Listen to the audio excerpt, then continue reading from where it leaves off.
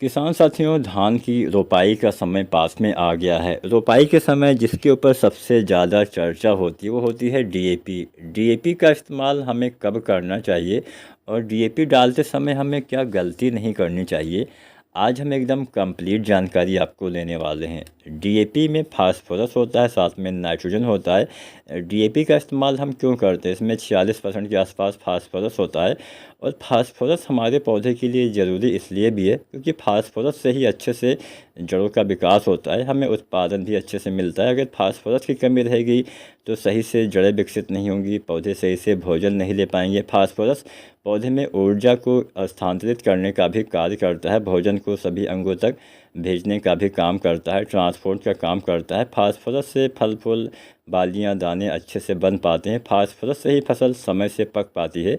तो फास्फोरस हमारे पौधे के लिए बहुत ही आवश्यक तत्व होता है।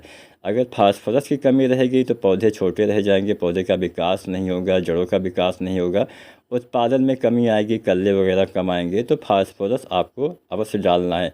अब बात करते हैं डीएपी डालते समय क्या गलती नहीं करनी है। पहली गलती, डीएपी कभी भी आपको रोपाई करने के बाद में इस्तेमाल नहीं करना है।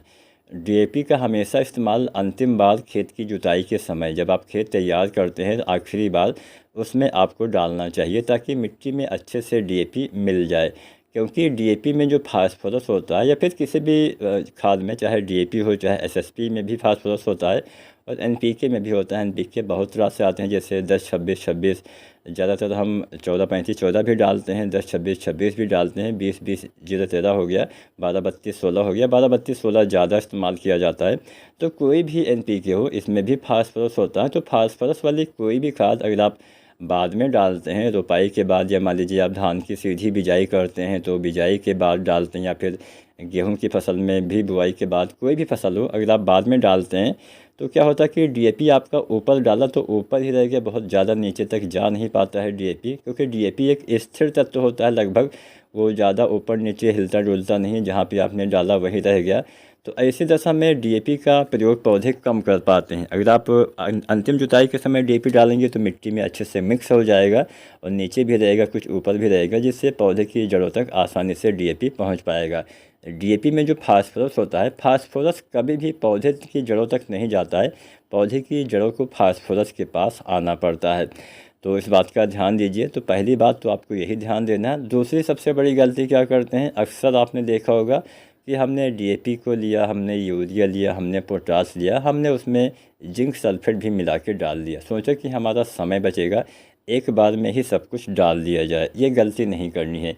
डीएपी के साथ आप यूरिया बेशक मिला सकते हैं, आप पोटास का भी इस्तेमाल कर सकते हैं, दूसरे भी कुछ खादें मिला सकते हैं, लेकिन जिंक सल्फेट नहीं मिला सकते हैं।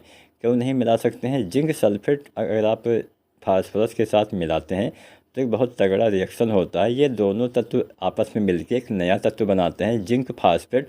अब ये जो जिंक फास्फेट बना, ये आघुलनशील होता है, पौधे इसको अपने भोजन के रूप में नहीं ले पाते हैं। मिट्टी में पड़ा तो रहेगा लेकिन पौधे के लिए उपयोगी नहीं रहेगा। तो इसीलिए कभी भी आपको, अगर आप डालते भी हैं तो आपका फास्फोरस भी बेकार, जितना मिलेगा उतना रिएक्शन होगा, तो फास्फोरस भी बेकार होगा, आपका जिंक भी बेकार होगा, दोनों चीज़ें आपकी बेकार हो जाएंगी। आप पैसा भी लगाएंगे, उसका पौधे उपयोग भी नहीं कर पाएंगे।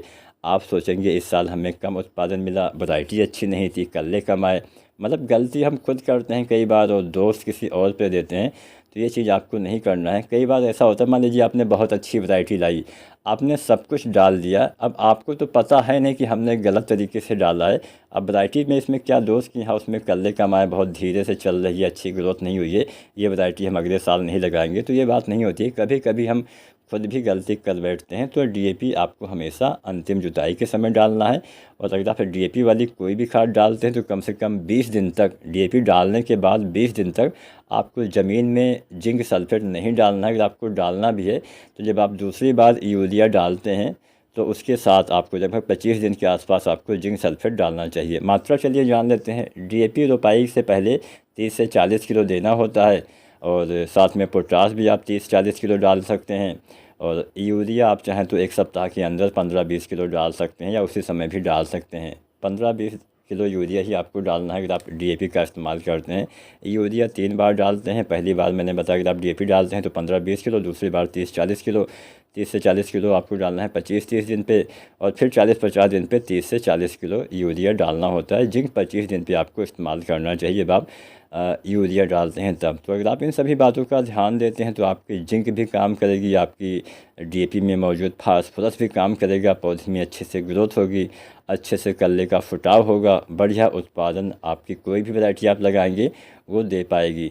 इन सब बातों का आपको ध्यान देना चाहिए और समय समय पे खादों का इस्तेमाल, समय से सिंचाई और समय से रोपाई करेंगे तो धान की फसल में बढ़िया उत्पादन आप अवश्य ले पाएंगे। वीडियो पसंद आई हो लाइक शेयर करें। धन्यवाद।